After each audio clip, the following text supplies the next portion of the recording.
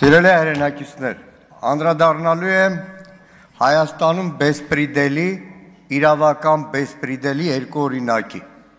Մեկ ազգային ժողովի պատգամավորի օրինակով, անդրմխելիություն, բաներ, ազգային ժողովի պատգամավոր։ Դրանք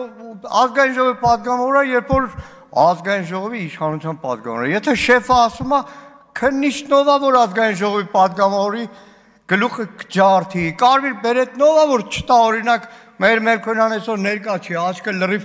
ուռած էր երեք Գյումրիում։ Նայեք, այս հեռախոսն է, սիրելի հայրենակիցներ, մտնում են մեր տուն, ասում են պարոն Մանուկյան, իմ համար չեն գալիս, տղայի սիփր, պարոն Մանուկյան, հեռախոս, ասում ազգային ժողովի պատգամավորը հեռախոսա չեմ տալիս, 20 րոպե հետո գաղթագողի շեֆը զանգում է բան, Այվազյան ազգանունը, լավ հիշում եմ, մեկ էլ հարցակվում են վրաս, բալկոնում իրար ենք տալիս, գողանում են հեռախոսս, 10 օր պահածա քննչականում, դադախազին նամակ եմ գրում, ասում տիկինը դադախազ, ազգային ժողովի պատգամավորը հեռախոսա գողացել, քննչական կոմիտեի ծառայողը, ինչ անում դատախազը տաղան, գոնե դրան մտքով գոնե մտածեք, բողոքս, ուղարկում է հանցագործության մասին հաղորդում ես, ուղարկում է քննչական կոմիտե, ոչ թե քննչականին վերահսկող, ասում են այնտեղ հանցանք չկա, երկրորդը 10 օր առաջ բոլորից զգուշացնում էի, բոլորիդ գաղտնալսում են,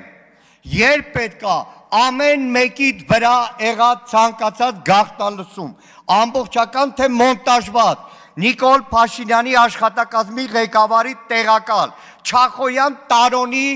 մեդիա նյուզ կայքում կտպի հաջորդ օրը քրեական գործ կհարուցեն, 10 օր առաջ եմ ասել, գործընկերներ, 10 օրվա ընթացքում Արագածոտի թեմի առաջնորդ, Արագածոտի թեմի հոգևորական, մեդիա նյուզ կայքում գաղտնի ձայնագրության հիման վրա այսօր տարել փակել են բանտում, նորից եմ զգուշացնում, ճիշտ ասում պարոն Վլադիմիր Վարդանյանը, պատգամավորի անդրմխելիություն, անձնական տվյալ է, Հովիկ Աղազարյանի հեռախոսը, որ քրքրում էին, չէի մտածում, որ պատգամավորը, անձնական տվյալ, այսքանը։ Հաջորդ անգամ զգուշացրեք, որ հանցագործություններ էլ չանեն։